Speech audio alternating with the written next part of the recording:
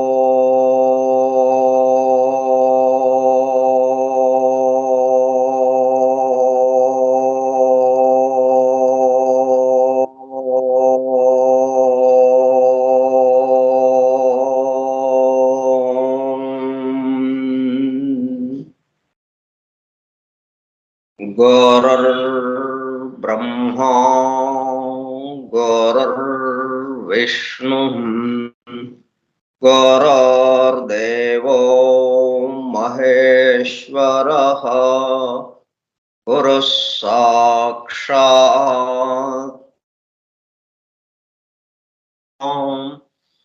तस्मै श्री गुरवे नमः। व्यासं वसिष्ठनप्तारं शक्तेः पौत्रमकल्मषम् पराशरात्मजं वन्दे सुकतातं तपोनिधिम् शुक्लाम्बरधरं विष्णुं शशिवर्णं चतुर्भुजं प्रसन्नवदनं ध्यायेत् सर्वविघ्नोपशान्तये। अगज आनन पद्मार्कं गजाननमहर्निशम् अनेकदं तं भक्तानाम् एकदन्तमुपास्महे। वक्रतुण्डमहाकाय कोटिसूर्यसमप्रभा निर्विघ्नं कुरु मे देवा सर्वकार्येषु सर्वदा। सरस्वती नमस्तुभ्यं वरदे कामरूपिणी वेद्यारम्भं करिष्यामि सिद्धिर्भवतु मे सदा।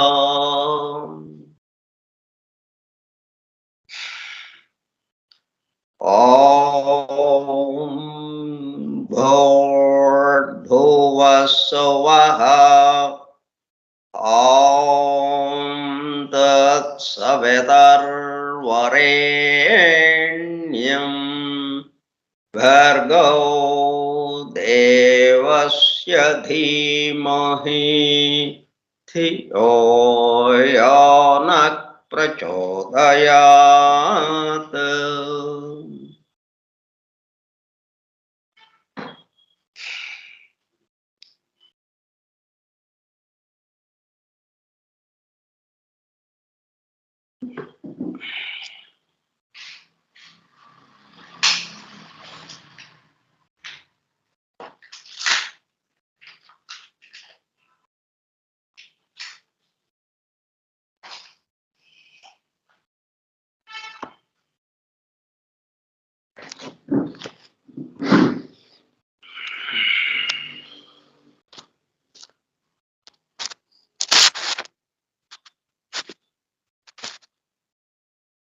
वासुदेव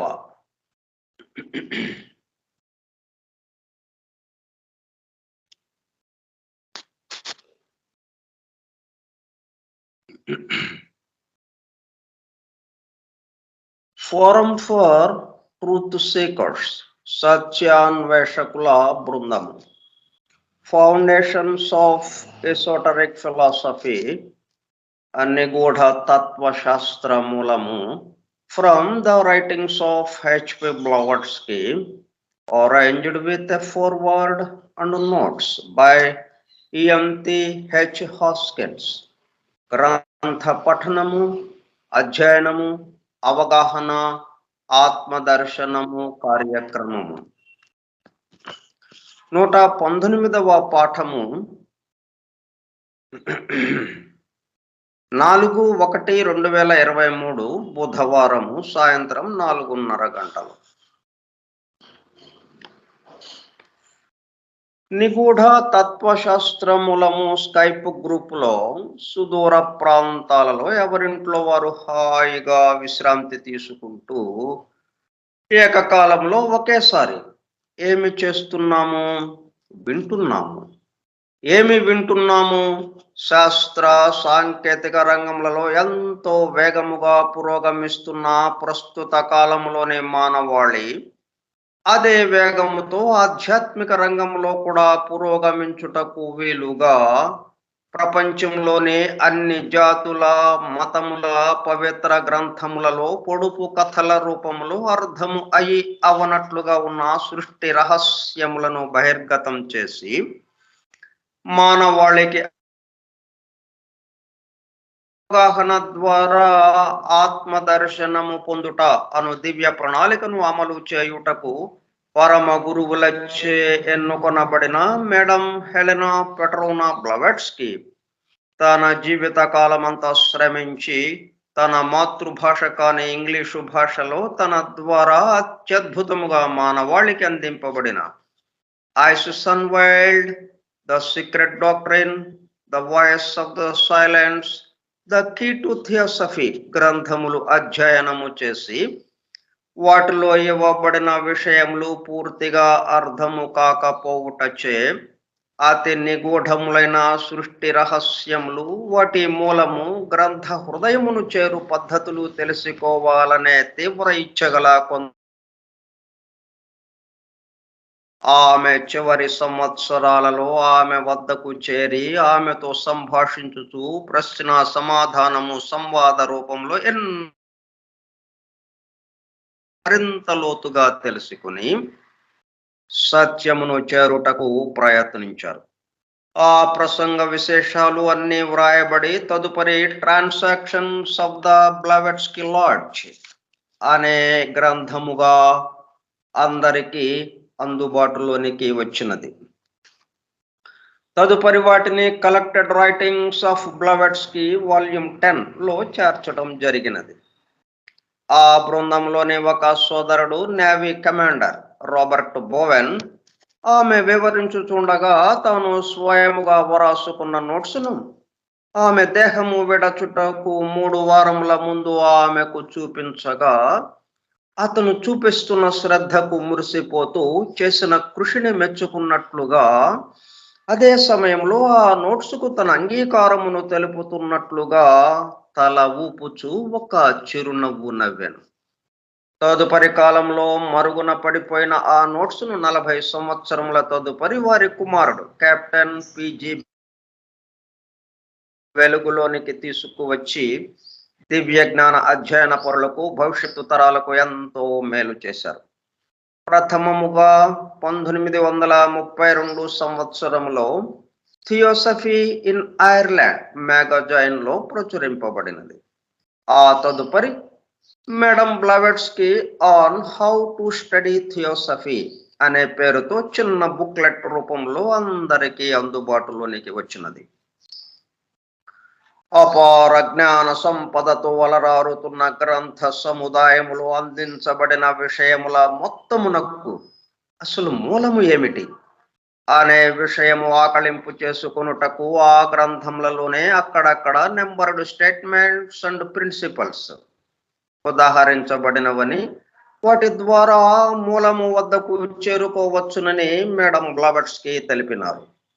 దానికి అనుగుణముగానే ఇంగ్లాండ్కు చెందిన EMTH హాస్కిన్స్ అనునామె ఆ నెంబర్డ్ స్టేట్మెంట్స్ అండ్ ప్రిన్సిపల్స్ను ప్రధానముగా ద సీక్రెట్ డాక్ట్రైన్ నుండి 7 ముఖ్య అంశములను, ఐసిస్ అన్వైల్డ్ నుండి 10 సంక్షిప్త అంశములను సేకరించి ప్రతిదానికి తాను స్వయముగా వ్రాసుకున్న వ్యాఖ్యను జత చేస్తూ foundations of esoteric philosophy from the writings of H.P. బ్లవాట్స్కీ అను పేరుతో గ్రంథముగా కూర్పు చేయడం జరిగినది.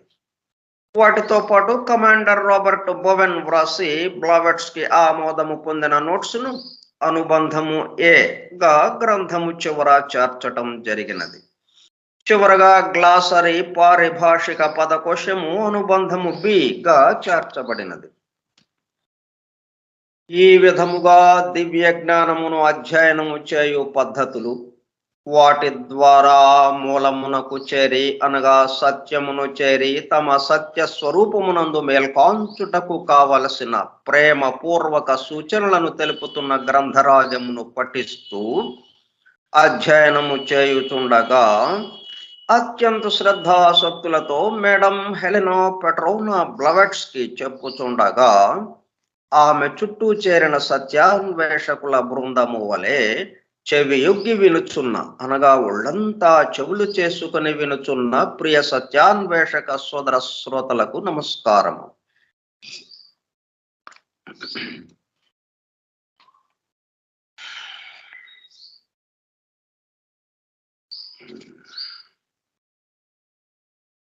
ఐసిస్ అన్వైల్డ్ ద్వారా మనకేమి అందింపబడింది అంటే ప్రధానంగా రియల్ సైన్స్, ట్రూ రిలిజియన్. ఎందుకు అన్రియల్ సైన్స్ మనకి అందుబాటులోకి రావడం వల్ల ఏదైనా కానీ యథార్థముగా ఉన్నది ఉన్నట్టుగా మనకు అందుబాటులోకి వస్తే ఇంకా దాని గురించి మనకి ఏది అందుతున్నప్పటికీ, ఏ రంగంలోకి వెళ్ళినప్పటికీ అది యథార్థముగా ఉన్నది ఉన్నట్టుగా కాకుండా ఇంకొక రకంగా మనకు అర్థమవుతూ ఉన్నది. మతంకి వెళ్ళినా ఇంకొక రకంగా ఉంది, అది ఉండవలసిన విధంగా కాకుండా. సైన్స్కు వెళ్ళినా అట్లాగే ఉంది, తత్వానికి వెళ్ళినా, తత్వశాస్త్రము, ఫిలాసఫీ, వేదాంతము దానికి వెళ్ళినా అది అట్లాగే ఉంది. ఎక్కడో కొంచెం వరుస తప్పుతూ ఉంది. ఎవరికి వాళ్ళకి ఏ రంగానికి ఆ రంగము చాలా హైయెస్ట్గా మేము ఉన్న విషయాన్ని చెప్తున్నాము అని ముగ్గురు ప్రకటిస్తున్నారు, కానీ ఒకటి మిస్ అవుతున్నారు. ఏదో కొరవ ఏర్పడుతూ ఉంది. అందుకని పరమ గురువులు ఈ సామాన్య ప్రజావళి, సామాన్య ప్రజానేకము వీళ్ళ ముగ్గురు మధ్యన కంగారు పడుతూ గజిబిజి అవుతూ దారి దొరక్క చీకటిలో కొట్టుమిట్టాడుతున్న పద్ధతిలో ఉండగా వాళ్ళందరినీ వెలుగులోనికి తీసుకురావడం కోసం బ్లవాట్స్కీ ద్వారా ఈ ISIS unveiled, the secret doctrine 2 గ్రంథాలు మనకి అందింపబడ్డాయి. కొన్ని వందల వేల సంవత్సరాలకి సరిపోను సిలబస్గా మనకి. ఏ పద్ధతులు అందింపబడ్డాయి? Real science, true religion. Real and true.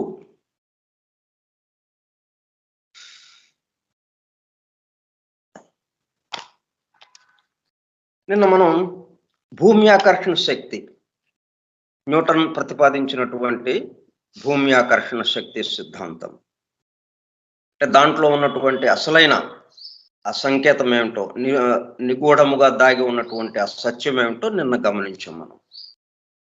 అక్కడ ఉన్న విషయం ఏమిటి? ఈ మొత్తం కూడా అయస్కాంతం, ఎలక్ట్రోమాగ్నెటిక్ పవర్తో నడుస్తూ ఉన్నాయి మొత్తం అన్నీ కూడా. దాంతో ఏమైంది? 2 ధ్రువాలు అప్రయత్నంగా ఏర్పడతాయి. ఎలక్ట్రోమాగ్నెటిక్ అనేటప్పుడు కల్లా, అయస్కాంతము అనేటప్పుడు కల్లా 2 ధ్రువాలు ఉంటాయి. ఉత్తర ధ్రువము, దక్షిణ ధ్రువము. అంటే నెగటివ్, పాజిటివ్. ఇప్పుడు మనం పరస్పరం ఆకర్షణకి ఉండాలి అంటే రెండు వస్తువుల మధ్యన వ్యతిరేకమైనటువంటి ధ్రువాలు ఉండాలి. అంటే భూమిలో ధన ధ్రువము, భూమి మీద ఉన్నటువంటి వారిలో రుణ ధ్రువము ఉన్నప్పుడే ఇద్దరి మధ్యన ఆకర్షణకు అవకాశం ఉంటుంది. భూమి ఆకర్షణ అంటే అందరి మీద ఒకే రకంగా పనిచేస్తుందనేటి కాదు. న్యూటన్ చెప్పింది ఏంటి, అందరి మీద ఒకే రకంగా పనిచేస్తుంది అన్నట్టుగా. అంటే సగం వరకు వచ్చింది అక్కడ సైన్స్. అందుకని రియల్ సైన్స్. రియల్ సైన్స్ ఏమిటి? భూమి ధన సంజ్ఞతో ఉన్నది. భూమి ఒక అయస్కాంతము. ఎప్పుడు చెప్పారు ఇది? పరాసెల్సస్ ప్రకటించాడు ఆయన. ఇప్పుడు సైంటిస్టులు ఈ భూమి ఒక అయస్కాంతము అని చెప్పడానికి 300 సంవత్సరాల ముందు సైంటిస్టులు ప్రకటించిన సమయం ఒకటి ఉన్నది ఈ మధ్య కాలంలో. దానికి 300 సంవత్సరాలకి పూర్వము పరాసెల్సస్ ఆయన చెప్పాడు భూమి ఒక అయస్కాంతం. అయస్కాంతంలో భూమి ధన సంజ్ఞలతో ఉన్నది. భూమిపై ఉన్నటువంటి జీవులు కానీ వస్తువులు కానీ సమస్తము రుణ సంజ్ఞతో ఉన్నాయి. అందువల్ల ఏమైంది? ఒకదానికొకటి ఆకర్షణ ఏర్పడింది. అంటే విజాతీయంగా ఉన్నప్పుడు, విజాతీయ ధ్రువాలు ఉన్నప్పుడు ఆకర్షింపబడుతున్నాయి. ఇప్పుడు ఇక్కడ సైమన్ అన్న ఆయన ఏం చేశాడు? సిద్ధుడు ఆ విషయం ఆయన గమనికలోకి వచ్చి ఆయనకి తెలుసు కాబట్టి, ఆయన సిద్ధుడు కాబట్టి, అమ్మా భూమాతతో చెప్తున్నాడు. తన నోటిని భూమాత చెవిలో చెప్తున్నట్టుగా భూమికి ఆనించి తన ముఖాన్ని, అమ్మా నీ శ్వాసను నాకు కొంచెం ఇవ్వు, నీ ప్రాణశక్తిని నాకు ఇవ్వు, నా ప్రాణశక్తిని నీకు ఇస్తాను. అంటే మన ఇద్దరం మార్చుకుందాము అన్నట్టుగా. నేను ఆ తారకల దగ్గరికి వెళ్ళి, ఆ నక్షత్రాల దగ్గరికి వెళ్ళి నీ సందేశాన్ని వినిపించి మరలా కిందకి వస్తాను ఇది అని చెప్పింది. దాంతో ఏమైంది అంటే ధ్రువం మారిపోయింది. ఈయన రుణ సంజ్ఞతో ఉన్నాడు, రుణ ధ్రువముతో. భూమి ధన ధ్రువంతో ఉన్నది. ఇతర ధ్రువం కూడా ధన ధ్రువం వచ్చేసింది. తన ధ్రువాన్ని మార్చేసుకున్నాడు ఈయన. దాంతో రెండు ధ్రువాలు ఒకటే అయినాయి. భూమికి ఉన్న ధన ధ్రువము, భూమికి ధన ధ్రువమే ఉన్నది. ఈ సైమన్ అన్న ఆయనకు కూడా ధన ధ్రువమే ఏర్పడింది. రెండు సజాతీయ ధ్రువాలు ఒక్క చోట ఉండవు, ఎట్టి పరిస్థితుల్లో ఉండవు అన్నమాట. ఇసిరి కొట్టేస్తుంది. వికర్షణ ఆకర్షణ ఉండదే కాదు. దాంతో హాయిగా గాలిలో తేలిపోయాడు. దాన్ని ఈథ్రోబసి అంటారు.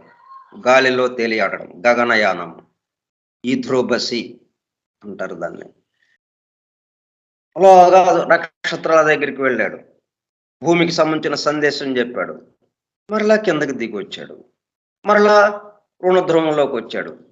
భూమిని ఆకర్షిస్తూ భూమి మీద నిలబడ్డాడు. ఇది భూమి ఆకర్షణ అంటే. అయితే సైంటిస్టులు ఏం చేస్తున్నారంటే దీన్ని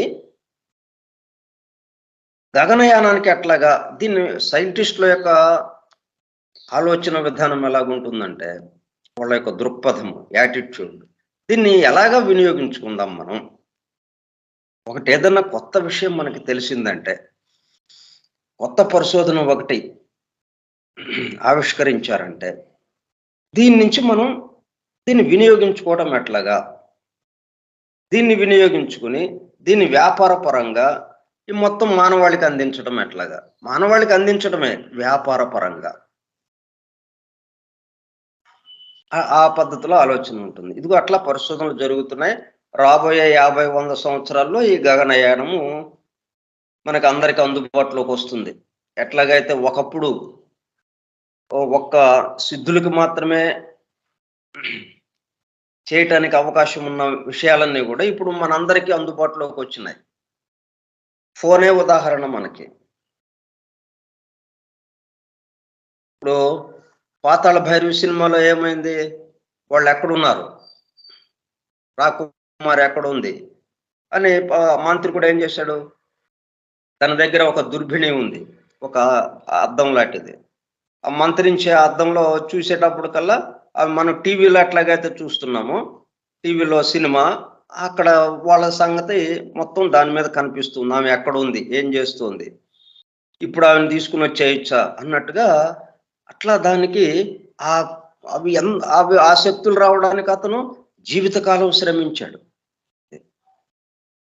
కి జీవితకాలం శ్రమించి మానవాళి మొత్తం పరిపూర్ణులుగా మారటానికి కావలసినటువంటి విషయాన్ని 2 పుస్తకాలు మనకి అందించింది.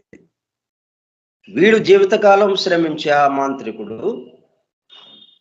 తను అందరి మీద అధికారం సంపాదించటానికి తనకిష్టమైన వాళ్ళని వశపరుచుకుని వాళ్ళని ఇచ్చాడు తన యొక్క శక్తిని. అట్లా ఉంటాయన్నమాట. అట్లా ఇప్పుడు ఇది అందరికీ టీవీ అందుబాటులోకి వచ్చేసింది. మనకేమి శక్తులు కాదు, మన జేబులో కొంచెం డబ్బులు ఉంటే సరిపోతాయి. ఆ డబ్బులతో టీవీ కొనుక్కుంటాం. టీవీలో మొత్తం లైవ్ కూడా ఉంటుంది. ఎక్కడైనా కార్యక్రమం జరుగుతుంటే వెంటనే మనకి అది లైవ్ ప్రోగ్రామ్ ఇస్తారు.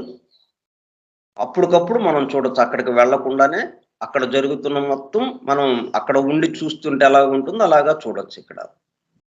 అట్లా ఒకప్పుడు సిద్ధులు మాత్రమే ఉపయోగించేవి. అతీంద్రియ శక్తుల్ని ఉపయోగించుకున్న వాళ్ళు ఎవరైతే ఉన్నారో, అతీంద్రియ శక్తులను సంపాదించిన వాళ్ళు మాత్రమే చేసేవి. ఇవన్నీ ఇప్పుడు మన అందరికీ అందుబాటులోకి వచ్చినాయి. అట్లాగే ఈ గగనయానం కూడా కొంతకాలానికి మనకు అందుబాటులోకి వస్తుంది. ఇక ఎవరికి వాళ్ళం ఇట్లాగా మనం ధన ధ్రువంలోకి మార్చుకోవటం, మన ధ్రువాన్ని భూమి నుంచి వికర్షింపబడటం, భూమి నుంచి పైకి వెళ్ళిపోవటం, భూమి పైకిన చేరి అక్కడ నిలబడి మనం ప్రయాణం చేసేదేం లేదు ఇక్కడ. మళ్ళీ అలాగా భూమి తిరుగుతూ ఉంటుంది, మనము అలాగ నిలబడి ఉంటాం భూమితో పాటు వెళ్లకుండా. అప్పుడేమవుతుంది, మనకు కావలసిన మనం ఎక్కడికి వెళ్ళాలో ఆ చోటు రాగానే మళ్ళా రుణ ధ్రువానికి వచ్చేస్తాం, రుణ ధ్రువానికి మార్చుకుంటాం, మళ్ళీ నేల మీదకి వచ్చేస్తాం. ఆకర్షణ, భూమికి మనకి ఆకర్షణ ఏర్పడి మరలా భూమి మీదకి వచ్చేస్తాం. అట్లా సాధ్యమవుతుంది కొంతకాలానికి. అయితే ఇవన్నీ ఇట్లాగా మనం పరిమితమైనవి, అశాశ్వతమైనవి, మనల్ని భగవంతుడి దగ్గరికి చేర్చేవి కాకుండా చేసుకుంటున్నాం. మనం భగవంతుడికి అడ్డంగా ఉండే వాటినే మనం ఉపయోగించుకుంటున్నాం. అలాగా దాన్ని అభివృద్ధి పరుచుకుంటున్నాము. ఇది కొద్దిగా ఆలోచించాల్సిన విషయం అన్నమాట. సరే, అందుకే అసలైన శాశ్వతమైనటువంటి ఆనందం పొందడం ఎట్లాగా అనే విషయం చెప్పడం కోసమే ఈ భౌతిక సృష్టిని మనం వదలకుండా ఈ భౌతిక సృష్టిలో ఉన్నటువంటి ఏకత్వాన్ని దర్శిస్తూ ఆ దైవానుభూతిని పొందుతూ ఇక్కడ మన కర్తవ్యాన్ని మనం నిర్వహించడం ఎట్లాగా అనేది ఈ 2 గ్రంథాల ద్వారా మనకు అందింపబడింది.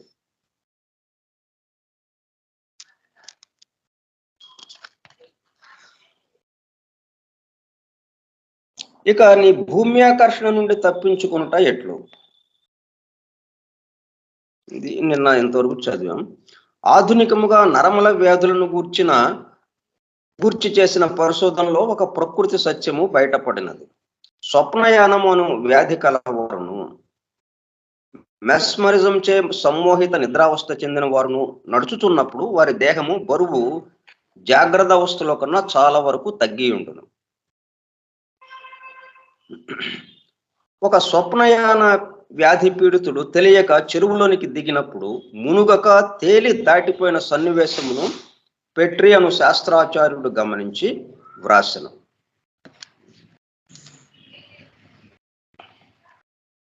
అట్లే ప్రెట్రస్ట్ అను తత్వదర్శని స్నాన సమయములలో నీటిపై తేలుచుండేది. అన్నా ఫ్లిషర్ అను ఒక మూర్ఛరోగి మూర్ఛా సమయములలో పడిపోవచ్చు దెబ్బ తగులక భూమికి పైగా తేలుట అతని వైద్యుడు పెక్కుమారులు గమనించను. అంటే ఇవన్నీ తెలియకుండా జరిగేవి అనమాట. ఆ రోగి ఒక మారు మూర్ఛలో శయపై పవళించి ఉండియే గాలిలో 2.5 అడుగుల ఎత్తు లేచి నిలబడుట 2 వైద్యులు గమనించారు.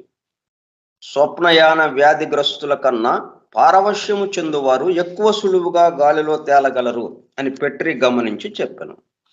సామాన్యంగా భూమి ఆకర్షణ మనకు తప్పనిసరి అని మనస్సులలో దృఢపడి ఉండుటచే గాలిలో తేలుటను గూర్చి ఊహించుట, విశ్వసించుట కష్టమైపోవును.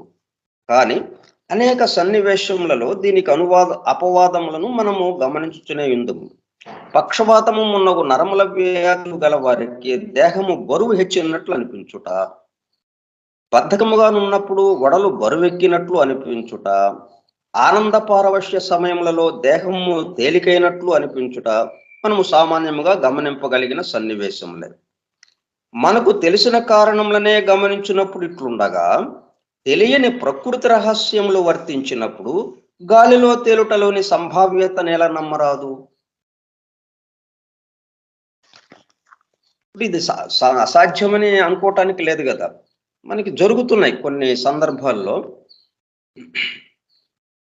తేలికగా అయిపోయి గాలిలో తేలియాడటం అనేది కళ్ళ వైద్యులే దాన్ని రుజువుపరిచారు వాళ్ళు. అటువంటప్పుడు ఈ ప్రకృతి రహస్యాల్ని మనం గమనించి వాటిని మనం ఉపయోగంలోనికి వినియోగంలోనికి తెచ్చుకున్నప్పుడు ఇది అసాధ్యము అనటానికి లేదు, ఇది సాధ్యమే అవుతుంది. మాడ్రిడ్ పట్టణమున ఒక పత్రికలో ఒక బాలిక వృత్తాంతం ఇట్లు వ్రాయబడినది. ఈమెకు 1/2 మీటరు దూరమున అటు నిటు 2 పెద్ద అయస్కాంతపు దండములను సులివెరిగి పట్టుకునేటప్పుడల్లా ఈమె శరీరము గాలిలో తేలి నిలుచుచున్నది. 2 అయస్కాంతాలు అటేపు ఇటేపు ఆమెకి 2 పక్కల పెట్టి కొంచెం 1/2 మీటర్ దూరంలో గనక పెట్టి ఉంచితే ఒక పాయింట్కి వాటిని తెచ్చినప్పుడు ఈమె గాలిలో తేలి నిల్చుండేదన్నమాట. ఇట్లే రసవాదము రసవాదులను పదముల అర్థమును గూర్చి పరిశీలించుము. ఇక్కడ ఏంటంటే సంకేత పదాలు కొన్ని సనాతన సంకేతములు, కొన్ని పదాలు, తర్వాత ఆ పదాలకి రహస్యార్థాలు, వాటిని వివరంగా మనం ఆ ఐసిస్ అన్వేళ్ళు ఉపోద్ఘాతంలో చివరిలో ఇచ్చిందనమాట. వాటిని గురించి ఒక్కొక్కటి వివరిస్తున్నారు ఇక్కడ. రసవాదము రసవాదులు అను పదముల అర్థమును గురించి పరిశీలించుము. రాబర్టస్ డిన్ఫ్లక్టిబస్ అను రాసక్రూషియన్ తత్వవేత్తయు, ఈ రాసక్రూషియన్ అనేది ఇది ఒక రహస్య క్రతుశాఖ అనమాట, ఫ్రీ మ్యాసనరీలో ఒక భాగం. ఇది ముందు స్వతంత్రంగానే అది నిర్వహింపబడుతుండేది, తరువాత దానిని ఫ్రీ మ్యాసనరీలో ఒక భాగంగా తీసుకున్నారన్నమాట. Paracelsus, Thomas Vaughan, Van Helmont మున్నగు వారు నడిమి శతాబ్దములలోని సుప్రసిద్ధ రసవాద పారేణులు. వీరు అచేతన పదార్థములలోని చేతనమును గురించి పరిశోధన చేసిన వారు. పామరులు చాలా మంది రసవాద విద్య బూటకమని పరిహసింతురు, కానీ సుప్రసిద్ధ తాత్వికులు శాస్త్రవేత్తలు అగు రోజర్ బేకన్,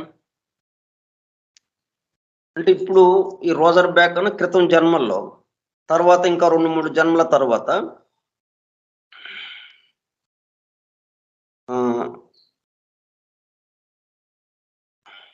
ఇప్పుడు ఫ్రీ మ్యాసనరీకి హెడ్గా ఉన్నారనమాట. ప్రస్తుతము ఫ్రీ మ్యాసనరీ కాదు, ప్రపంచంలోనే అన్ని మతాలకి సంబంధించినటువంటి అర్చనా విధానాలు, పూజలు, వీటికి సంబంధించి ఆయన మాస్టర్ రాకోజీ అన్న పేరుతో మొత్తం ప్రపంచవ్యాప్తంగా ఉన్నటువంటి అన్నిటినీ ఈయన యొక్క ఆధ్వర్యంలో నిర్వహింపబడుతున్నాయి అన్నమాట. ప్రస్తుతం ఆయన ఒక జన్మలో రోజర్ బేకన్గా ఉన్నాడు. ఆ రోజుల్లో ఏంటంటే ఈ రసవాదానికి సంబంధించిన ఎన్నో పరిశోధనలు ఆయన చేశాడు ఆ జన్మలో. తాత్వికులు శాస్త్రవేత్తలు అగు రోజర్ బేకన్, అగ్రిపా హెన్రీ కున్రాద్, గేబర్ మున్నగు ప్రప్రథమ రసాయన శాస్త్రాచార్యులెల్లరూ రసవాద విద్యందు పారణులమని వ్రాసుకున్నది. వీరందరూ కపటవాదులు అనలేము, మూర్ఖులని అంతకన్నా ముందే అనలేము. ప్రస్తుతము శాస్త్రజ్ఞులు భౌతిక శాస్త్ర సిద్ధాంతములను అణువాద సిద్ధాంతము సహాయముచే పునరుద్ధరణము చేయుచున్నారు. అణు సిద్ధాంతమునకు నవీన యుగమున మూల పురుషుడు డెమోక్రటస్ అని డాల్టన్ తెలిపి ఉన్నాడు. ఈ డెమోక్రటిస్ తాను రసవాద పారాయణుడనని చెప్పుకున్నాను. అంటే ఈ అణు సిద్ధాంతానికి సంబంధించి మూల సూత్రాలు ఏవైతే తెలిపాడో ఆ డెమోక్రటస్ తాను రసవాద పారాయణుడు అని చెప్పుకున్నాను. అంటే దానికన్నా ముందు ఇంకా ఈ రసాయన శాస్త్రంలో ఉన్నటువంటి రసవాదాన్ని ఈయన ప్రతిపాదించాడు అన్నమాట. రసవాద పారిణుడు అని చెప్పుకొనెను. అణు సిద్ధాంతమున ద్రష్ట కాగలవాడు రసవాదమున మూర్ఖుడై విశ్వసించననలేము. రసవాద విద్యకు ప్రారంభము అతి ప్రాచీన శతాబ్దములలోనున్నది. రసవాద విద్య అంటే ఏంటి అంటే తక్కువ రకం మెటల్స్ని, తక్కువ రకం లోహములను ఉన్నత స్థాయికి సంబంధించిన లోహంగా మార్చటం, అంటే ఇనుముని బంగారంగా మార్చటము అన్నట్టుగా. ఆ విద్య ఒకటి చాలా కాలం క్రితం, పురాతన కాలంలో చాలా ప్రాచుర్యంలో ఉండేది. దాని మీద ఎన్నో పరిశోధనలు చేసేవాళ్ళు వీళ్ళు. రసవాదం అనేది ఇంకొక అది ఏంటంటే మనలో ఉన్నటువంటి ఆత్మ చైతన్యానికి సంబంధించింది ఏదైతే ఉందో దాన్ని వెలికి తీసుకురావడం, రహస్యంగా గర్భితంగా ఉన్నటువంటి, నిగూఢముగా ఉన్నటువంటి దాన్ని బయటికి తీసుకురావటం. అప్పుడు ఏమవుతుంది, అది అంటే భగవతత్వంతో సమానం అయిపోతుంది. ఇప్పుడు మనందరము భగవతత్వానికి సంబంధించిన వాళ్ళమైనప్పటికీ ఇక్కడ ఏమవుతుంది, రూపము ప్రాధాన్యత వహించి, పదార్థము ప్రాధాన్యత వహించి, ఆ పదార్థానికి ఆధారమైనటువంటిది రూపానికి ఆధారమైనటువంటి చైతన్యము, జీవం ఏదైతే ఉందో అది మరుగున పడిపోయినట్టుగా ఉంది. దాని గురించి మనము గమనించటం లేదు. అందువల్ల ఏమైంది, మనము చాలా పరిమితమైన వాళ్ళము. ఈ స్థూల జగత్తుకు మాత్రమే మనం సంబంధము, మనకి ఏమీ శక్తులు లేవు, మనకి ఎటువంటి లేదు అన్న భావంలో మనం ఉన్నాం. అదే వీళ్ళు చేసిన పరిశోధన ఏంటంటే మనలో అంతర్లీనంగా, నిగూఢంగా, రహస్యముగా దాగి ఉన్నటువంటి ఆ చైతన్యాన్ని వెలికి తీసి, ఆ చైతన్యముతో ఈ రూపం ఉన్నది అని చేసేటప్పుడు కల్లా ఏమవుతుంది, బంగారంగా మారినట్టు అయిపోతుంది అన్నమాట. అంటే చైతన్యం, మనం భగవతత్వంతో సమానం అయిపోతున్నాం, భగవతత్వంగా మారిపోతున్నాం. అట్లా పరిశోధనలు చేశారు వాళ్ళు. రసవాదము అనే పేరుతో అలాగా వాళ్ళు చేశారు. అంటే మ్యాజిక్ అన్న పేరుతో, ఇంగ్లీష్లో అది మ్యాజిక్ అన్నమాట. మనం సంస్కృతము, తెలుగులో వచ్చేటప్పటికల్లా రసవాదము.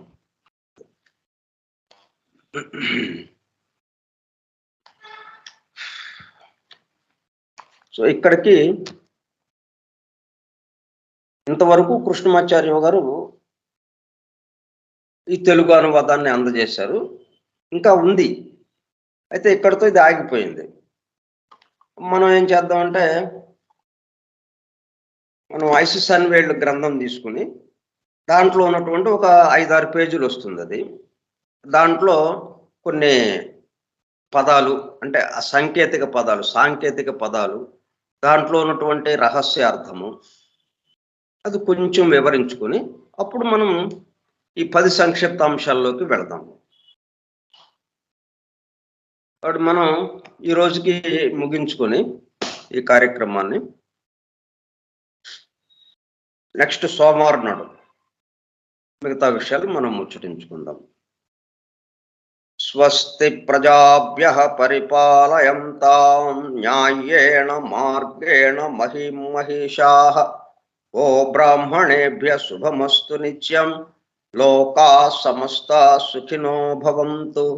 లోకాః సమస్తాః సుఖినో భవంతు. లోకాః సమస్తాః సుఖినో భవంతు. ఓం శాంతి శాంతి శాంతి. ఓపికగా ఉన్నటువంటి సత్యాన్వేష బృందమునకు, సోదర సత్యాన్వేషక బృందమునకు ధన్యవాదములు. Thank you all.